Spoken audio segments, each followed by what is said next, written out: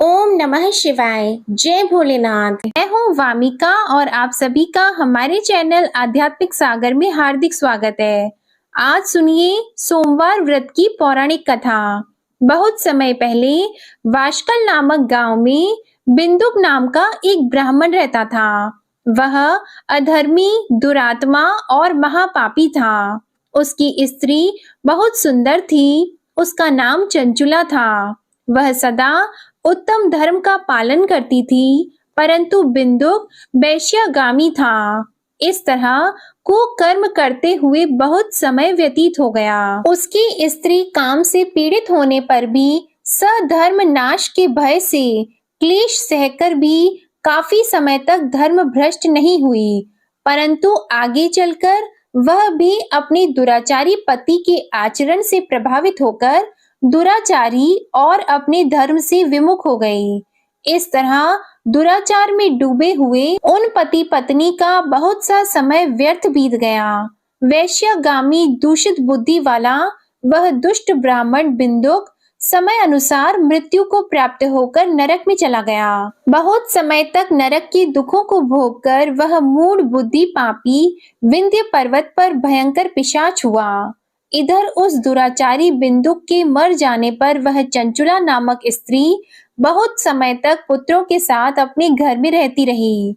पति की मृत्यु के बाद वह भी अपने धर्म से गिरकर पर पुरुषों का संग करने लगी थी। सती विपत्ति में भी अपने धर्म का पालन करना नहीं छोड़ती। यही तो तप है। कठिन तो होता है, लेकिन इसका फल मीठा होता है। एक दिन दैव योग से किसी पुण्य पर्व के आने पर वह अपने भाई बंधुओं के साथ गोकर्ण क्षेत्र में गई। उसने तीर्थ के जल में स्नान किया और बंदी जनों के साथ यहाँ वहां घूमने लगी। वह एक देव मंदिर में गई। वहां उसने एक ब्राह्मण के मुख से भगवान शिव की परम पवित्र एवं मंगलकारी कथा सुनी। ब्राह्मण कह रहे थे कि जो स्त्रियां व्यभिचार करती हैं, वे मरने के बाद जब यमलोक जाती हैं, तब यमराज के दूत उन्हें तरह तरह से यंत्रणा देते हैं कि वे उसके कामांगों को तप्त लौह के डंडों से दागते हैं। तप्त लौह के डंडों से उसका संसर्ग कराते हैं। ये सारे दंड इतनी वेदना देने वाले होते हैं कि जीव पुकार पुकार कर कहता है कि अब वह ऐसा नहीं करेगा, लेकिन यमदूत उसे छोड़ते नहीं हैं। कर्मों का फल तो सभी को भोगना पड़ता है। देव, ऋषि, मनुष्य सभी इससे बंधे हुए हैं। ब्राह्मण के मुख से ये वैराग्य बढ़ाने वाली कथा को सुनकर चंचुला भय से व्याकुल हो गई। कथा समाप्त होने पर सभी लोग वहां से चले गए। तब कथा बांचने वाले ब्राह्मण देवता से चंचुला ने कहा, हे ब्राह्मण, धर्म को न जानने के कारण मेरे द्वारा बहुत बड़ा दुराचार हुआ है। स्वामी, मेरे ऊपर कृपा कर मेरा उद्धार कीजिए।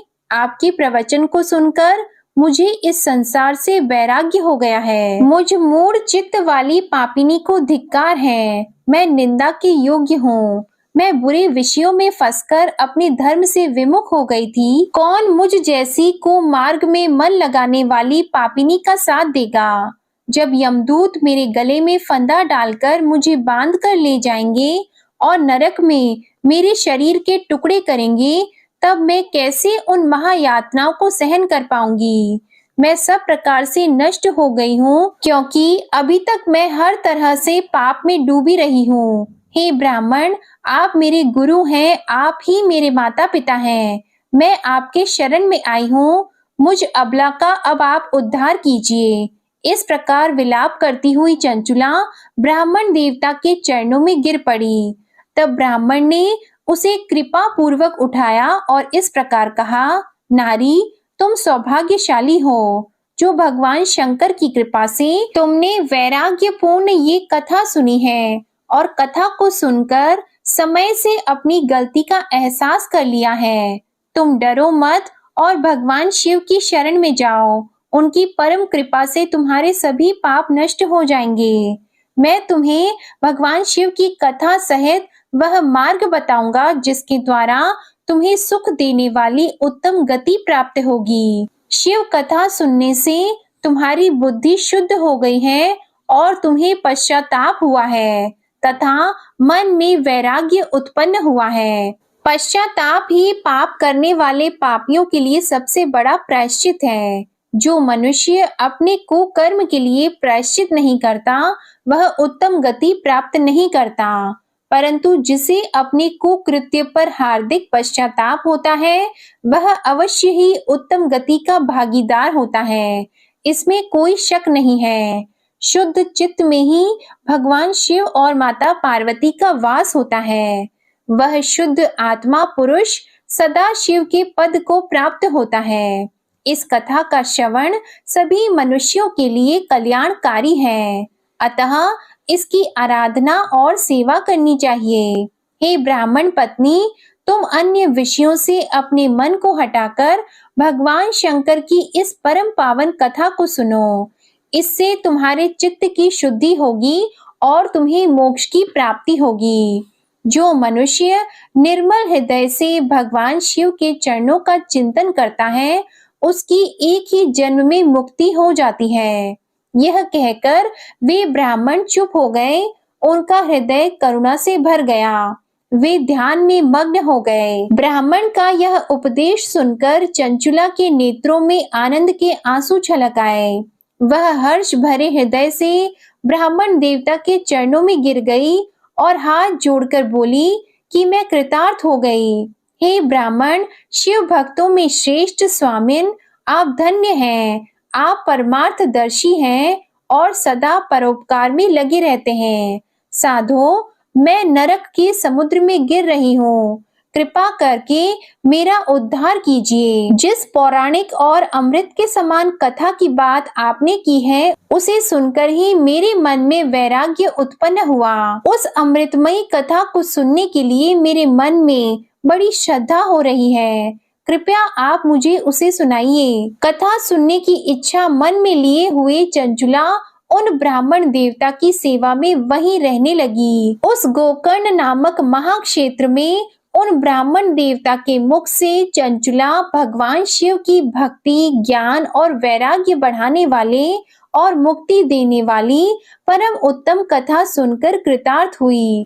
उसका चित्त शुद्ध हो गया। वह अपने हृदय में शिव के सगुण रूप का चिंतन करने लगी। वह सदैव शिव सच्चिदानंदमय स्वरूप का स्मरण करती थी। इसके बाद अपना समय पूर्ण होने पर चंचुला ने बिना किसी कष्ट के अपना शरीर त्याग दिया। उसे लेने के लिए एक दिव्य विमान वहां पहुंचा।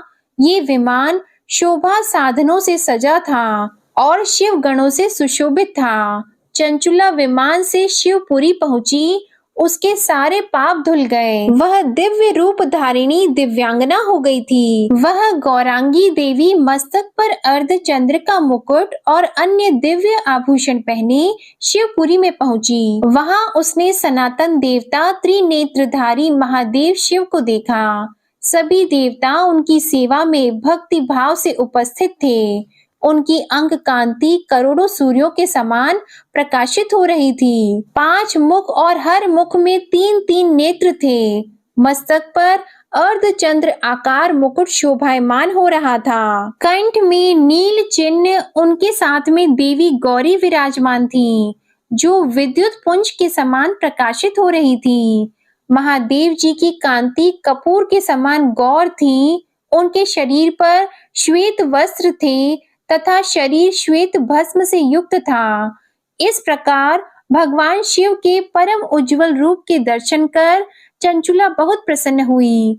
उसने भगवान को बारंबार प्रणाम किया और हाथ जोड़कर प्रेम, आनंद और संतोष से युक्त होकर विनीत भाव से खड़ी हो गई। उसके नेत्रों से आनंद के आंसुओं की धारा बहने लगी। भगवान शंकर और भगवती गौरी उमा ने करुणा के साथ सौम्य दृष्टि से देखकर चंचुला को अपने पास बुलाया। गौरी उमा ने उसे प्रेम पूर्वक अपनी सखी बना लिया। चंचुला सुख पूर्वक भगवान शिव के धाम में उमा देवी की सखी के रूप में निवास करने लगी।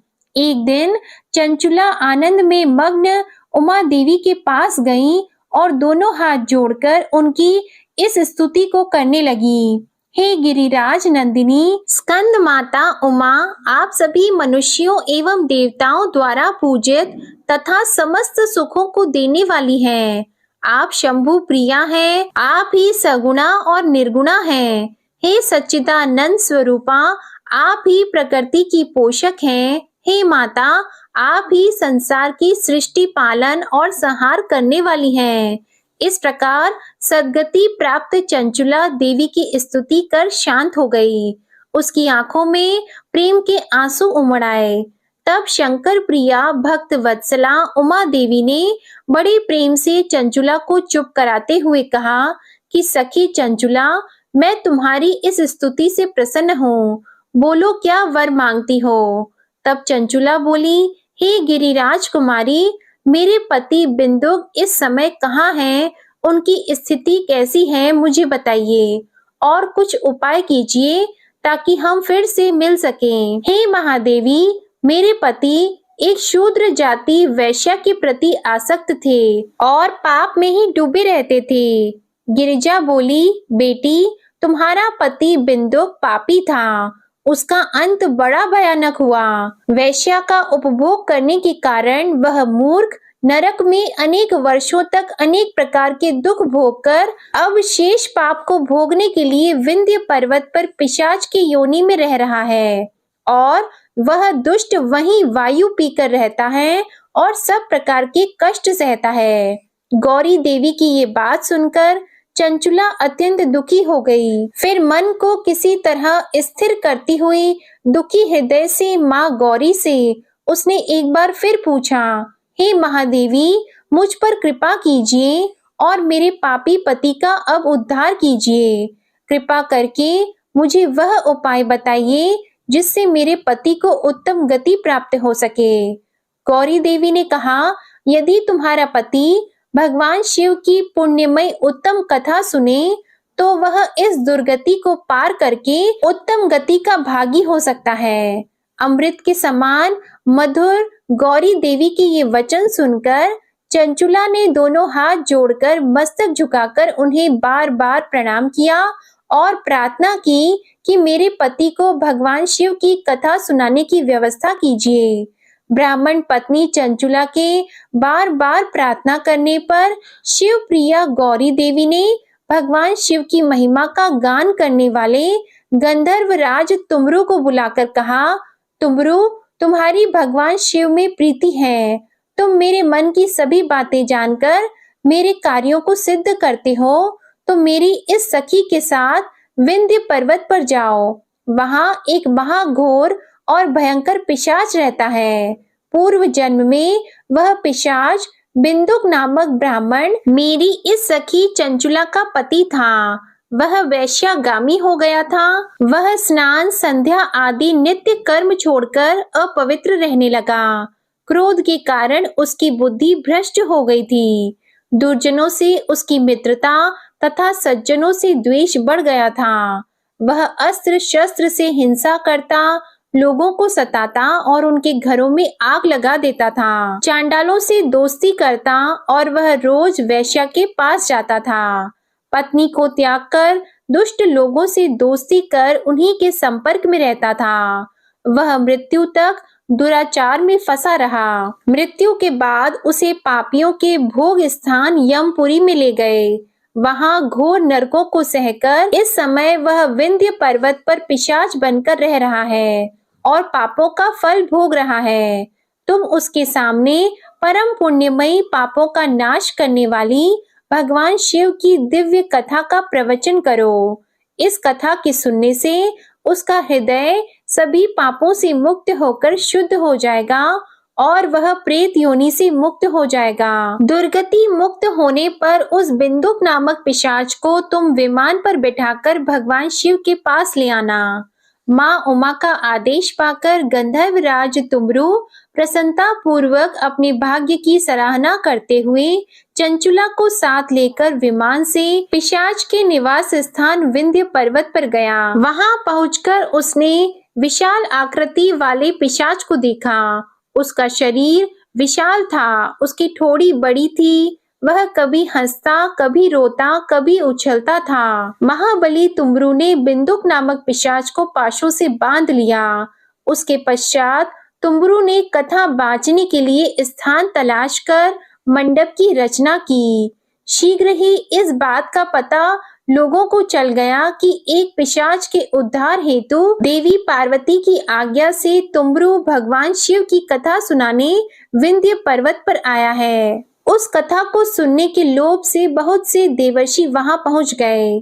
सभी को आदर पूर्वक स्थान दिया गया। पिशाच बिंदुक को पाशों में बांधकर आसन पर बिठाया गया और तब तुमरू ने परम उत्तम भगवान शिव की अमृत कथा का गान शुरू किया, जिससे सभी श्रोता कृतार्थ हो गए। परम पुण्यमयी कथा को सुनकर पिशाच सभी पापों से मुक्त हो गया और उसने पिशाच शरीर का त्याग कर दिया। शीघ्र ही उसका रूप दिव्य हो गया। उसका शरीर गौर वर्ण का हो गया। शरीर पर श्वेत वस्त्र एवं पुरुषों के आभूषण आ गए। इस प्रकार दिव्य देहधारी होकर बिंदुक अपनी पत्नी चंचुला के साथ स्वयं भी भगवान शिव का गुणगान करने लगा। उसे दिव्य रूप में देखकर सभी को बहुत आश्चर्य हुआ। उसका मन परम आनंद से परिपूर्ण हो गया। सभी भगवान महेश्वर के अद्भुत चरित्र को सुनकर कृतार्थ होकर उनका यशोगान करते हुए अपने अपने धाम को चले गए। बिंदुक अपनी पत्नी चंचुला के साथ विमान में बैठकर शिवपुरी की ओर चल दिया।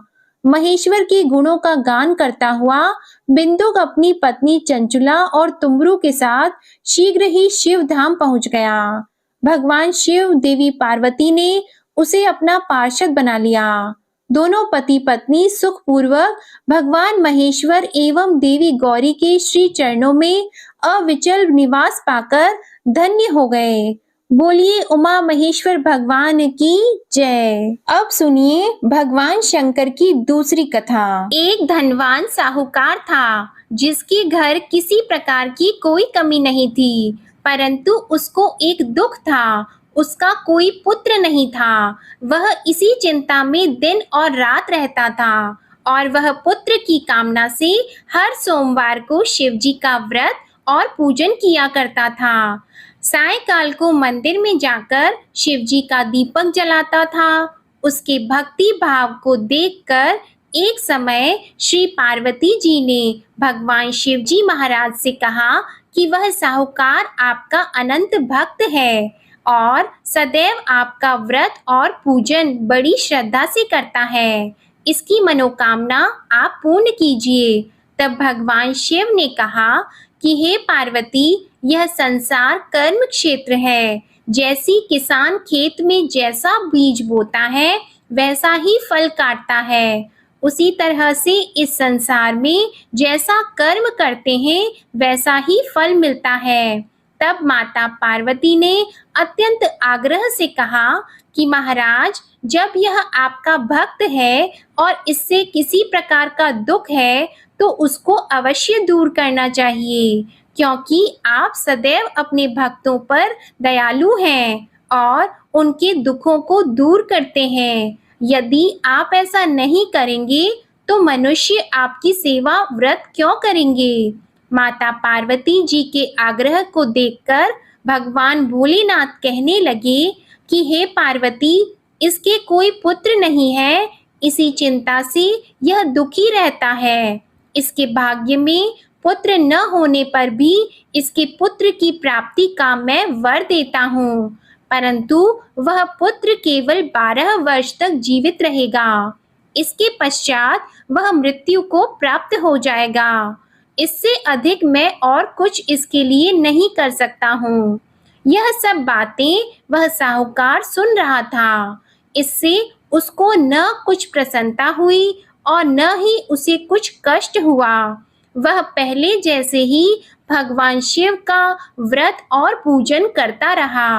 कुछ समय व्यतीत हो जाने पर साहूकार की स्त्री गर्भवती हुई और उसे 10वें महीने में गर्भ से अति सुंदर पुत्र की प्राप्ति हुई। साहूकार के घर में बहुत खुशियां मनाई गई, परंतु साहूकार ने उसको केवल 12 वर्ष की आयु जानकर कोई अधिक प्रसन्नता प्रकट नहीं की और न ही किसी को यह भेद बताया। जब वह 11 वर्ष का हो गया तो उस बालक की माता ने उसके पिता से विवाह आदि के लिए कहा, परंतु साहूकार कहने लगा, मैं अभी इसका विवाह नहीं करूंगा और पढ़ने के लिए इसे भेजूंगा।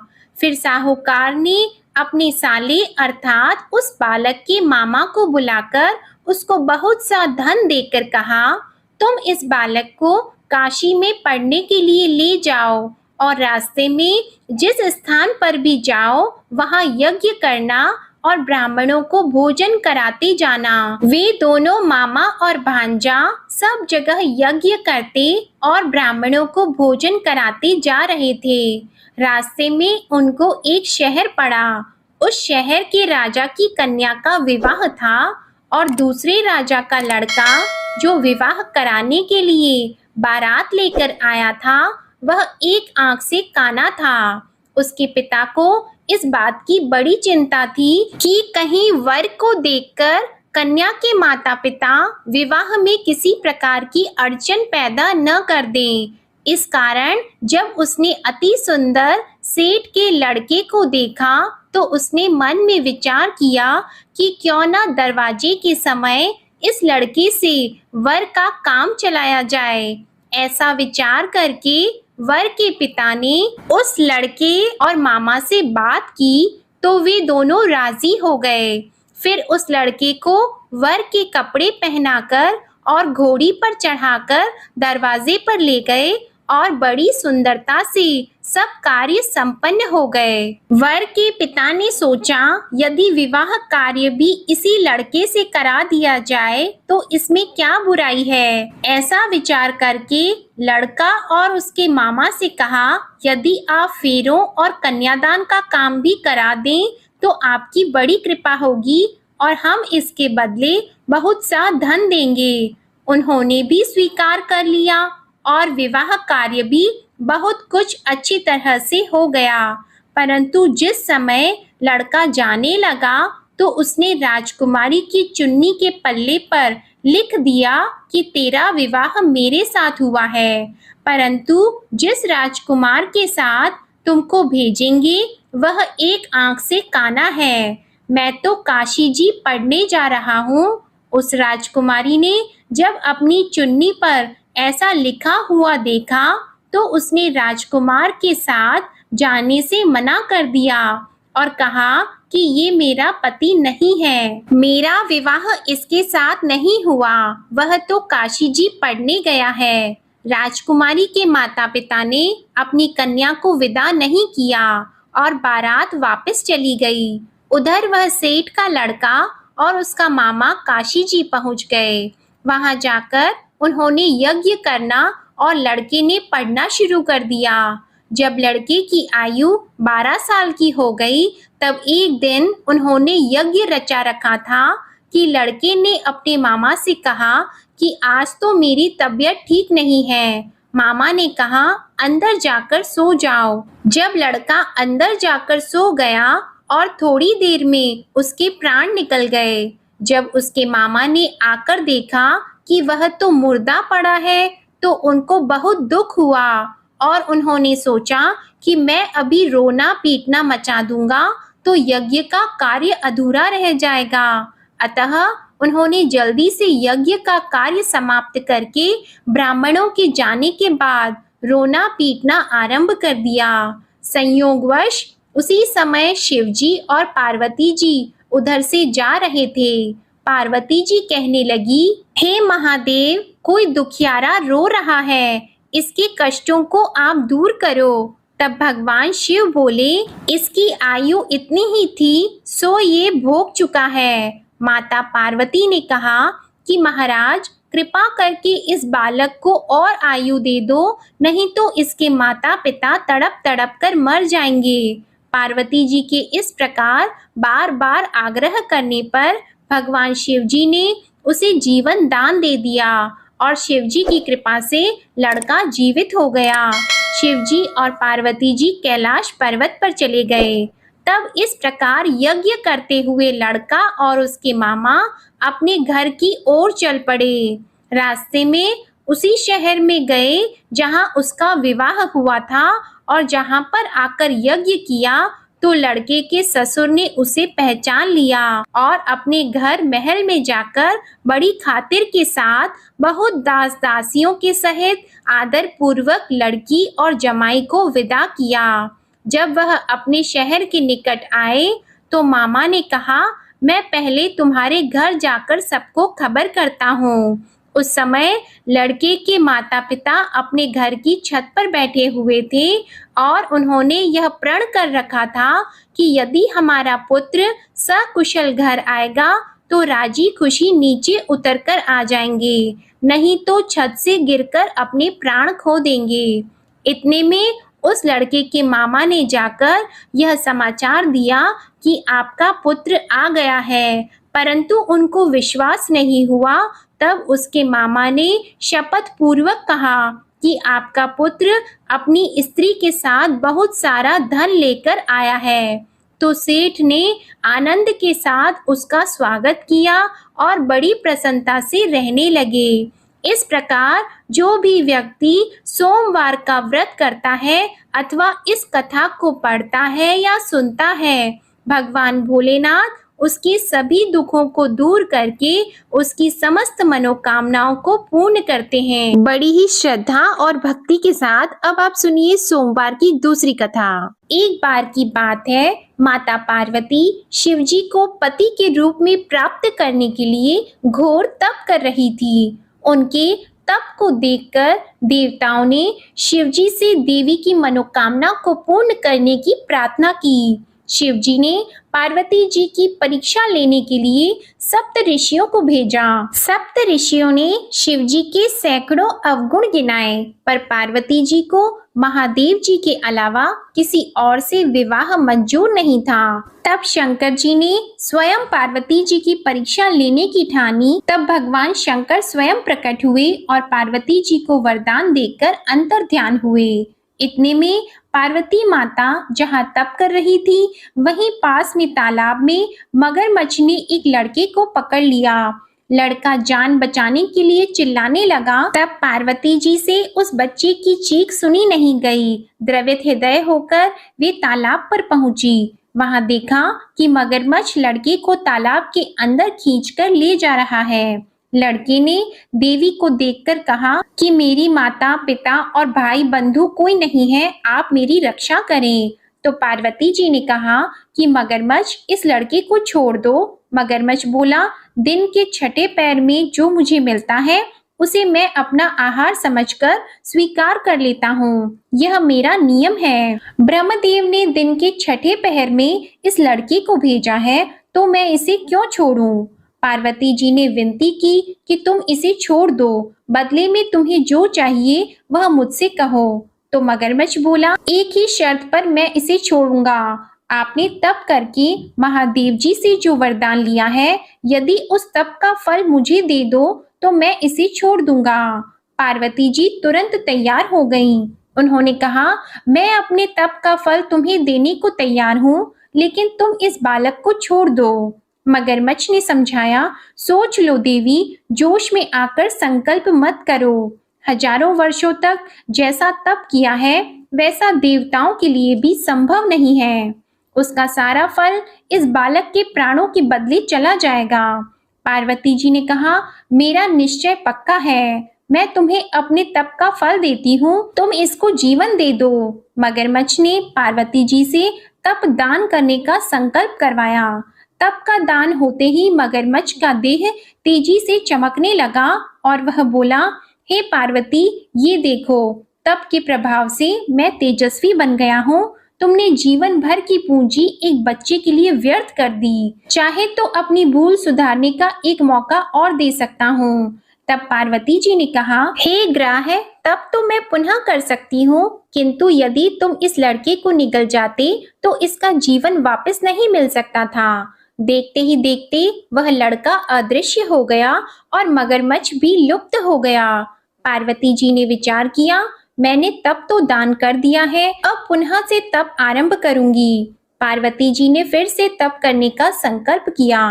भगवान सदाशिव फिर से प्रकट होकर बोले, हे पार्वती, भला अब क्यों तप कर रही हो? तब पार्वती जी ने कहा, प्रभु, मैंने अपने तप का फल दान कर दिया है। आपको पति रूप में पाने के संकल्प के लिए मैं फिर से वैसा ही घोर तप करके आपको प्रसन्न करूंगी। तो महादेव जी बोले, मगरमच्छ और लड़के दोनों रूपों में मैं ही था। तुम्हारा चित्त प्राणी मात्र में अपने सुख दुख का अनुभव करता है या नहीं, इसकी परीक्षा लेने के लिए मैंने ही यह लीला रची थी। अनेक रूपों में दिखने वाला मैं एक ही हूँ। मैं अनेक शरीरों से अलग निर्विकार हूँ। तुमने अपना तप मुझे ही दिया है, इसलिए अब और तप करने की कोई आवश्यकता नहीं है। देवी ने महादेव जी को प्रणाम कर प्रसन्न मन से विदा किया। प्रेम से बोलिए भगवान शंकर और माता पार्वती की जय। अब आप सुनिए तीसरी कथा। एक बार नारद जी ने भोलेनाथ जी की स्तुति करके पूछा कि प्रभु, आपको प्रसन्न करने के लिए सबसे उत्तम और सुलभ साधन क्या है? हे त्रिलोकीनाथ, आप तो निर्विकार और निष्काम हैं। आप सहज ही प्रसन्न हो जाते हैं। फिर भी मेरे जानने की इच्छा है कि आपको क्या प्रिय है। तब शिव जी बोले, नारद जी, वैसे तो मुझे भक्त के भाव सबसे प्रिय हैं, फिर भी आपने पूछा है तो मैं बताता हूँ। मुझे जल के साथ साथ बिल्व पत्र बहुत प्रिय हैं। जो अखंड बिल्व पत्र मुझे श्रद्धा से अर्पित करते हैं, मैं उन्हें अपने लोक में स्थान देता हूँ। नारद जी भगवान शंकर और माता पार्वती की वंदना करके अपने लोक को चले गए। उनके जाने के पश्चात पार्वती जी ने शिव जी से पूछा कि हे प्रभु, मेरी ये जानने की बड़ी तीव्र इच्छा हो रही है कि आपको बेलपत्र इतने प्रिय क्यों हैं? कृपा करके मेरी जिज्ञासा को शांत कीजिए। तब शिव जी बोले, हे शिवे, बिल्व के पत्ते मेरी जटा के समान हैं। उसका त्रिपत्र यानी 3 पत्ते ऋग्वेद, यजुर्वेद और सामवेद हैं। शाखाएं समस्त शास्त्र का स्वरूप है। बिल्व वृक्ष को आप पृथ्वी का कल्प वृक्ष समझें, जो ब्रह्मा, विष्णु और शिव स्वरूप है। हे पार्वती, स्वयं महालक्ष्मी जी ने शैल पर्वत पर बिल्व वृक्ष रूप में जन्म लिया था। इस कारण भी बेल का वृक्ष मेरे लिए अति प्रिय है। महालक्ष्मी जी ने बिल्व का रूप धरा। ये सुनकर पार्वती जी कौतूहल में पड़ गईं और पार्वती जी कौतूहल से उपजी जिज्ञासा को रोक न पाईं। उन्होंने पूछा, देवी लक्ष्मी ने आखिर बिल्व वृक्ष का रूप क्यों लिया? आप ये कथा विस्तार से कहें।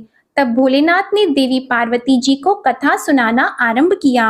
हे देवी, सतयुग में ज्योति रूप में मेरे अंश का रामेश्वर लिंग था। ब्रह्मा आदि देवों ने उसका विधिवत पूजन अर्चन किया था। इसका परिणाम ये हुआ कि मेरे अनुग्रह से वाणी देवी सबकी प्रिय हो गई। वे भगवान विष्णु को सतत प्रिय हो गई। मेरे प्रभाव से भगवान केशव के मन में वाग देवी के लिए जितनी प्रीति उत्पन्न हुई, वह स्वयं लक्ष्मी जी को नहीं भाई। लक्ष्मी देवी का श्री हरि के प्रति मन में कुछ दुराव पैदा हो गया। वह चिंतित और रुष्ट होकर चुपचाप परम उत्तम श्री शैल पर्वत पर चली गईं। वहां उन्होंने तप करने का निश्चय किया और उत्तम स्थान का चयन करने लगी। महालक्ष्मी ने उत्तम स्थान का निश्चय करके मेरे लिंग विग्रह की उग्र तपस्या प्रारंभ की। उनकी तपस्या कठोरतम होती जा रही थी। हे परमेश्वरी, कुछ समय के बाद महालक्ष्मी जी ने मेरे लिंग विग्रह से थोड़ा ऊर्ध्व में एक वृक्ष का रूप धारण कर लिया। अपने पत्तों और पुष्प द्वारा निरंतर मेरा पूजन करने लगी। इस तरह महालक्ष्मी जी ने लाखों वर्षों तक घोर आराधना की। अंततः उन्हें मेरा अनुग्रह प्राप्त हुआ। मैं वहां प्रकट हुआ और देवी से इस घोर तप की आकांक्षा पूछकर वर देने को तैयार हुआ। महालक्ष्मी जी ने मांगा कि श्री हरि के हृदय में मेरे भाव से वाग देवी के लिए जो स्नेह हुआ है वह समाप्त हो जाए। तब शिव जी बोले, मैंने महालक्ष्मी जी को समझाया, श्री हरि के हृदय में आपके अतिरिक्त किसी और के लिए कोई प्रेम नहीं है। वाग देवी के प्रति उनका प्रेम नहीं अपितु श्रद्धा है। यह सुनकर लक्ष्मी जी प्रसन्न हो गईं और पुनः श्री विष्णु के हृदय में स्थित होकर निरंतर उनके साथ विहार करने लगी। हे पार्वती, महालक्ष्मी के हृदय का एक बड़ा विकार इस प्रकार दूर हो गया। इस कारण हरिप्रिया उसी वृक्ष रूप में सर्वदा अतिशय भक्ति से भरकर यत्न पूर्वक मेरी पूजा करने लगी। हे पार्वती, इसी कारण विश्व का वृक्ष, उसके पत्ते, फल, फूल आदि मुझे बहुत प्रिय हैं। मैं निर्जन स्थान में बिल्व वृक्ष का आश्रय लेकर रहता हूँ। बेल वृक्ष को सदा सर्व तीर्थ में एवं सर्व देवमय मानना चाहिए। बिल्व पत्र, बिल्व फूल, बिल्व वृक्ष अथवा बिल्व काष्ठ के चंदन से जो मेरा पूजन करता है, वह भक्त मेरा अति प्रिय है। बिल्व वृक्ष को शिव के समान ही समझो। वह मेरा शरीर है जो बिल्व पर चंदन से मेरा नाम अंकित करके मुझे अर्पण करता है। मैं उसे सभी पापों से मुक्त करके अपने लोक में स्थान देता हूँ। हे देवी, उस व्यक्ति को स्वयं लक्ष्मी जी भी नमस्कार करती है जो मेरा पूजन करते हैं। जो बिल्व मूल में प्राण छोड़ता है, उसको रुद्र देह प्राप्त होता है और ऐसे मनुष्य पर सदैव ही माता लक्ष्मी की कृपा रहती है और साथ ही साथ भगवान नारायण की कृपा भी उन पर सदैव बनी रहती है। प्रेम से बोलिए भगवान शिव और माता पार्वती की जय। अब सुनिए गणेश भगवान की कथा। एक साहूकार था, उसके घर रोज एक ब्राह्मणी रोटी लेने के लिए घर आती थी। घर के अंदर घुसते ही पोल के ऊपर गजानन जी का मंदिर था। वह गणेश जी को रोटी का एक कौर हमेशा भोग लगाती थी। बहुत दिन हो गए। गणेश जी महाराज ने कहा कि यह मुझे हमेशा भोजन करवाती है, मुझे इसे कोई ना कोई उपहार जरूर देना चाहिए। गणेश जी एक दिन उसके थाली में हीरे मोती भर देते हैं। ब्राह्मणी तो थाली लेकर अपने घर आ गई और साहूकार से रोटी लेने के लिए आना बंद हो गई। साहूकारिनी ने उसे बुलावा भेजा कि बाई, रोटी लेने के लिए क्यों नहीं आती हो। ब्राह्मणी ने कहा कि मुझ पर गणेश जी प्रसन्न हो गए, बहुत वर्ष तक रोटी लेने के लिए आ गई, लेकिन अब नहीं आऊंगी। साहूकारनी मन में बहुत नाराज हुई और गणेश जी से कहा कि आप ब्राह्मणी के ऊपर प्रसन्न हुए परंतु मुझ पर प्रसन्न नहीं हुए। तब गणेश जी की मूर्ति हटाकर उसने बाहर फेंक दी। इधर सेठ जी की दुकान में धंधा पानी बंद हो गए। एक दिन सेठ जी की नजर पोल के मंदिर पर गई तो सेठानी जी को पूछा कि गणेश जी कहाँ गए। तो साहूकारनी ने कहा कि ऐसे गणेश जी का क्या करें जो ब्राह्मणी पर तो प्रसन्न हो गए लेकिन हमारे ऊपर प्रसन्न नहीं हुए। इस कारण मैंने तो गणेश जी को हटाकर फेंक दिया है। तब सेठ जी ने कहा कि यह तुमने क्या किया, मेरा तो व्यापार और धंधा चलना बंद हो गया है। गणेश जी तुमने कहाँ फेंके हैं, जल्दी बताओ, मैं उन्हें वापस लेकर आता हूँ। साहूकार जी वापस से गणेश जी को लेने के लिए गए तो गणेश जी इतने भारी हो गए कि वे उठे ही नहीं। साहूकार जी ने कहा कि मेरे से गलती हो गई है, आप मेरे घर पधारिए। गणेश जी तो और भी भारी होते गए और कहा कि मैं तो नहीं चलूंगा, पहले साहूकारनी को बुलाकर यहाँ लाओ और वह मुझसे माफी मांगेगी तो ही मैं चलूंगा। और गणेश जी ने कहा कि मुझे हमेशा सवा सेर का चूरमा करके भोजन कराओगे तो ही मैं चलूंगा। साहूकार साहूकारनी को लेकर आए और उससे माफी भी मंगवाई और सवा सेर का चूरमा चढ़ाने की हाँ भी भरी। तब साहूकार और साहूकारनी ने गणेश जी को वापस घर लाकर उन्हें पोल में बिठाया। ऐसा करने पर साहूकार का व्यापार फिर से चलने लगा। हे गणेश जी महाराज, जैसे साहूकार और साहूकारनी पर आप प्रसन्न हुए वैसे सभी पर प्रसन्न होना। बोलिए गणेश जी महाराज की जय। अब आप सुनिए भगवान भोलेनाथ की आरती। ओम जय शिव ओमकारा, प्रभु हर शिव ओमकारा, ब्रह्मा विष्णु सदा शिव, ब्रह्मा विष्णु सदा शिव, अर्धांगी धारा। ओम जय शिव ओमकारा, एकानन चतुरानन, पंचानन राजे, स्वामी पंचानन राजे, हंसासन गरुड़ासन, हंसासन गरुड़ासन, वृषवाहन साजे। ओम जय शिव ओमकारा, दो भुज चार चतुर्भुज, 10 भुज अति सोहे, स्वामी 10 भुज अति सोहे, त्रिगुण रूप निरखते, त्रिगुण रूप निरखते, त्रिभुवन जन मोहे। ओम जय शिव ओंकारा। अक्षमाला वनमाला मुंडमाला धारी, स्वामी मुंडमाला धारी। त्रिपुरारी कंसारी, त्रिपुरारी कंसारी, करमाला धारी। ओम जय शिव ओंकारा। श्वेतांबर पीतांबर बाघंबर अंगे, स्वामी बाघंबर अंगे। सनकादिक गरुणादिक, सनकादिक गरुणादिक, भूतादिक संगे। ओम जय शिव ओंकारा।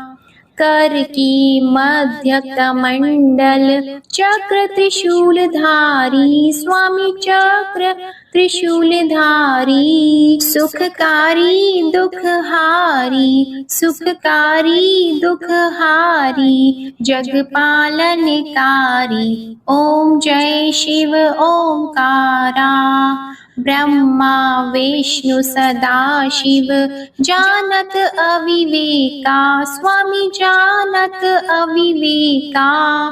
प्रणवाक्षर में शोभित, प्रणवाक्षर में शोभित, ये तीनों एका। ओम जय शिव ओंकारा। त्रिगुण स्वामी जी की आरती जो कोई नर गावे, स्वामी जो कोई नर गावे। कहत शिवानंद स्वामी, कहत शिवानंद स्वामी, मन वांछित फल पावे। ओम जय शिव ओंकारा। ओम जय शिव ओंकारा। जय भोलेनाथ। आपको ये कथा पसंद आए तो वीडियो को लाइक करके चैनल को जरूर सब्सक्राइब करिएगा और कमेंट में भगवान भोलेनाथ जी की जय जरूर लिखिएगा। ओम नमः शिवाय।